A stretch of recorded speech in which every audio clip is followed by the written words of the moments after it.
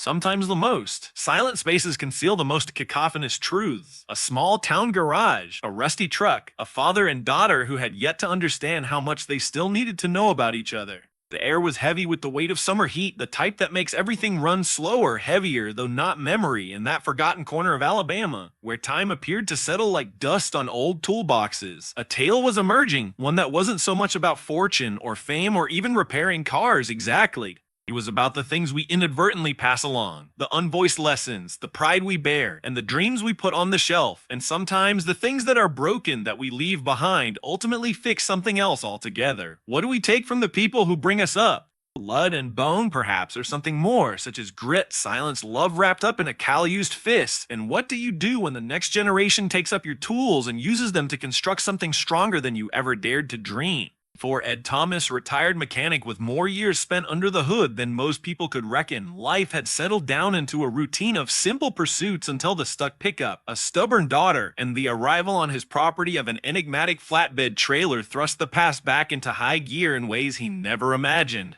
And for Raina, young, fearless, and secretly hungering for her father's respect, it wasn't necessarily about spinning wrenches. It was about showing that inheritance isn't necessarily about doing what your parents did. It's about doing it your way and hoping they'll appreciate the value of it before it's too late. The motor of an old dream spluttered back into life and new hands fitted into the old family business. Something extraordinary occurred. Time collapsed on itself. Memories turned into tools. Regret eased. And love, never loudly voiced, resonated in all the cinched bolts, all the exchanged glances, all the slow, silent nods. Have you ever seen someone you love gain traction in the same world you co-created? Have you ever been awed by what they turn out to be, due to you and despite you? This is that sort of story. Gentle, honest, rooted in grease, time, and second chances.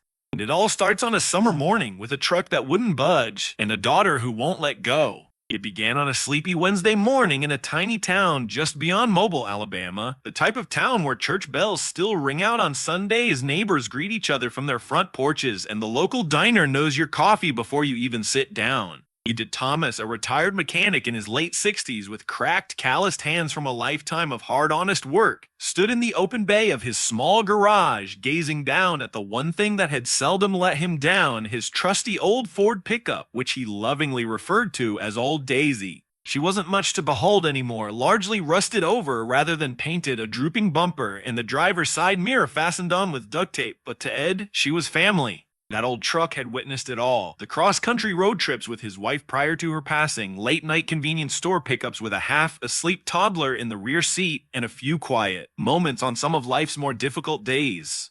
But last week, for the first time in more than 30 years, old Daisy wouldn't budge. No click, no cough, not even a groan silence. Ed wiped his forehead on the back of his hand, already feeling the Alabama heat bearing down like a heavy wool blanket. He braced against the hood, breathed deeply from his chest, and spoke in a barely audible voice. "I think it's time. I think Daisy's done for." The words dangled in the air like a goodbye, quiet but heavy, but Ed wasn't alone in hearing them. From the other side of the gravel lot, in the shade of an old oak tree, his 23-year-old daughter Raina gazed up from behind her laptop, amusement and incredulity on her face. She'd returned for the summer after completing her degree in automotive technology at a college up north, and although she never said it much, she'd always thought her dad the best mechanic she ever knew. Watching him say that he gave up on Daisy, his Daisy didn't feel right to her. She stood, smoothed out her jeans, and called out with an arched eyebrow, given up on. "Dad, she just needs someone competent." Ed raised his head, squinting at the morning sun, a laugh vibrating from his chest. "Oh really?" he said, crossing his arms in that classic mechanic Tarzan's pose, one foot slightly out like he was ready to lecture a customer. "And who might that be?" Raina grinned, walking toward him with grease already smudged on her fingers from earlier tinkering. "You're looking at her." It was said half, joking, but the confidence in her eyes was anything but.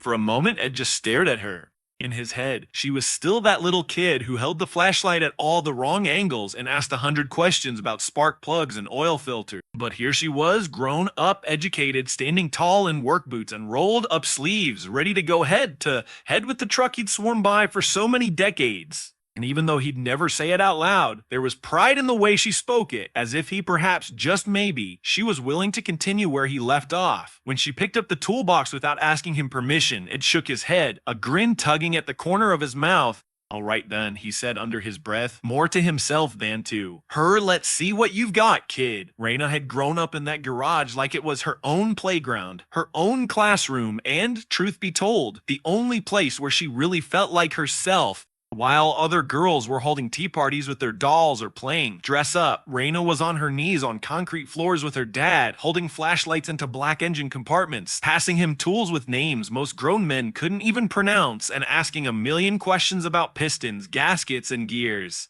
She was curious to no end, and her hands never hesitated to get dirty. Ed liked to tell everyone once or twice, half joking, half bragging, that her first word wasn't mama or dada, but carburetor. And at the time, Ed's friends all laughed, but it wasn't always high mileage. As much as adored his little girl, he was a different kind of cloth, old school, bred in an era when you repaired things by listening, touching, smelling, tasting, if that's what you had to do. Computers, scanners, diagnostics digital, Ed never believed those. He claimed a machine could not say anything that a gut instinct could. So when Raina declared straight out of high school that she intended to go off and learn automotive engineering at some university way up north, Ed merely nodded slowly. He did not dispute, did not applaud either. Straight up, he didn't know if any classroom could teach her what she'd already picked up under the hood beside him in the years they'd spent together. But he didn't stop her. That was love his way, letting her go, even if it meant letting her find her own path. So when she came home, that summer, diploma in hand and swagger in her step, it was no wonder that the first project she chose was the old pickup they both knew like the back of their hands. She rolled up her sleeves without permission, popped open Daisy's hood, and went to work. Ed didn't give advice.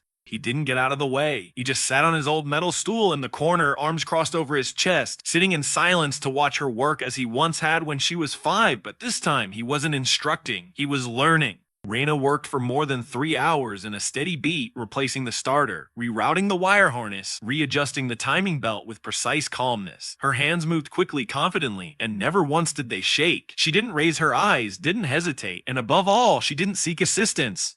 And when the moment arrived, when she finally leaned over and turned the key, old Daisy roared to life with a gentle, raspy purr. Not a cough, not a sputter, just a sharp, smooth hum like a deep breath after a long slumber. Ed blinked, glanced from the truck to his daughter, and his throat constricted as pride filled every nook of his heart. You did that. For free. He uttered, voice breaking just enough to betray him. Raina, dusting her hands off on her jeans, just laughed. You taught me everything, Dad, she said with a beaming smile. Call it repayment. But just when that lovely, peaceful moment was beginning to sink in, like sunlight seeping through clouds, something interrupted them. A low, rumbling sound filled the air, not from Daisy. No, this was heavier. Something you felt in your chest before you saw it. Raina faced the open bay doors, blinking at the glare of the sun that was so bright in the afternoon. Just as the flatbed trailer crept down the street, it halted directly in front of their store, the diesel motor rumbling steadily and idle. The trailer itself was weathered, scratched, dented, with rust eating its way along the edges, and something large was hidden under a heavy tarp, strapped down with thick straps. From the driver's side door emerged a tall man.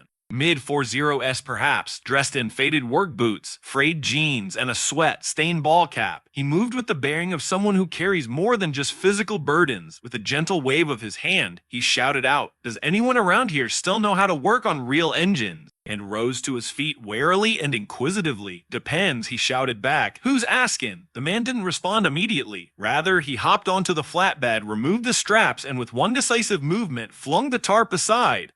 What he revealed beneath was a sight to behold, a 1957 950 Bel Air. Despite her rough condition, she was stunning. Elegant lines, distressed baby blue paint, white wall tires thin from usage but still hardy. It was the sort of car that made actual mechanics go silent for a moment. It moved closer, raised an eyebrow, and the man finally broke his silence. "She was my dad's," he said, voice now quieter. "Died last month, always promised to restore it one day. I want to finish that dream for him." And someone in town said, "There's still a mechanic around here who doesn't quit until the job's done right." Ed opened his mouth, ready to respond with a humble maybe, but before he could say a word, Raina stepped forward. Her voice was calm but firm. "Undefined, we do it as a team," she said, standing tall beside her father. "Now, in me and my dad." The man looked at both of them, father, daughter, and after a long moment, he gave a slow nod. "Undefined, then she's yours," he said. "Undefined, if anyone can bring her back to life, I reckon it's you two." The Bel Air owner returned. He didn't say anything at first. He simply stood there in the garage doorway, gazing at the vehicle, as if he couldn't quite believe he was looking at what was before him. The same hunk of metal he had dropped off weeks before, tired, worn, and almost forgotten, now rested there gleaming under the soft light of the overhead fixtures. Its baby blue paint was new but respectful of its age, the chrome trim buffed to a gleam, and the engine bay spotless enough it might have been new. There was silence in him as he moved slowly toward them, his boots making soft impact with the concrete. Ed and Raina flanked him, observing his response, not requiring applause or approval, simply waiting, giving him room to feel it. He stroked his hand along the fender, his touch light, almost prayerful, as if he feared breaking a dream. Then he opened the driver's door and sat behind the wheel, stroking his fingers along the steering wheel his father once gripped. He did not turn the key, he simply sat there, eyes glassy, lips clamped tight. After a lengthy silence, he emerged, approached Ed, and out of nowhere gave him a hard emotional handshake. One of those shakes that hangs in there longer than it has to, because words can't possibly fill the void. Then he moved over to Raina, took one of her hands in both of his, and said, voice full of emotion, "This ain't just a car, you took back part of my father." It wasn't dramatic, it wasn't loud, but it was the sort of thanks that nestles in your chest and resides there.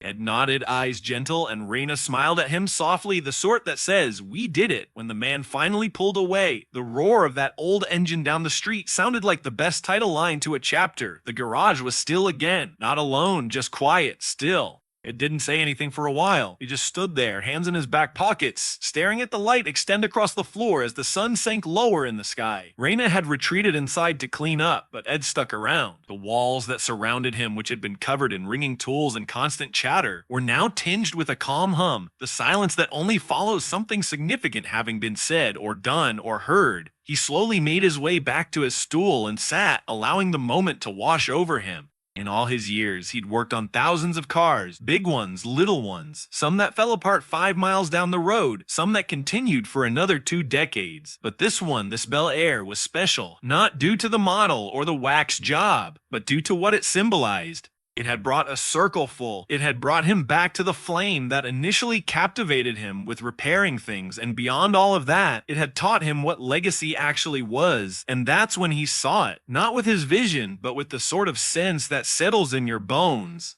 Raina wasn't simply his daughter who repaired trucks. She wasn't an apprentice, a helper, or even a student any longer. She was a master. She had taken all he offered her, every wrench, every lesson, every quiet Sunday under the hood, and made it stronger, more considered, more hers, and he was proud. Not the way fathers always are proud, but the way a craftsman is proud when the next pair of hands takes the work forward in even greater ability. He looked around at the store, at the tools that had lasted him for decades, at the patched and repainted walls over the years. And rather than feeling the melancholy of release, he felt peace, satisfaction, possibly even happiness. As the outside sky faded to a gentle orange, Ed finally went over to old Daisy, his trusty old truck that had begun it all, and gave the hood a gentle caress. No words. Only that little gesture that only a mechanic would know. And then, with one final glance out at the open garage doors, he climbed into the driver's seat. Just as he had 1,000 times before, he turned the key, and Daisy roared to life. No hesitation, no sputterings, no groans, just a smooth, steady rumble, just like before. But Ed knew they were no longer just old times. They were the transition from what was and what would be. And as the engine hummed and the sun fell low behind the trees, he smiled, not because the day was ending, but because something better had just started. Sometimes, life doesn't give us big moments, it gives us small ones, hidden away in old garages and mundane conversations where something much more profound is being rebuilt. Observing Ed and Raina restore more than a car sets us in mind that what is most important isn't what we leave with, but whom we travel with. We all have pieces of our past, some shattered, some lovely, and when we're willing to look at each other plainly, without pride or assumptions, healing finds a way to seep in. Perhaps that's the quiet strength of love. It doesn't always yell, but it arrives. In turned wrenches, in willing hands, and in second chances. And sometimes that's all it takes to restore something and someone to life.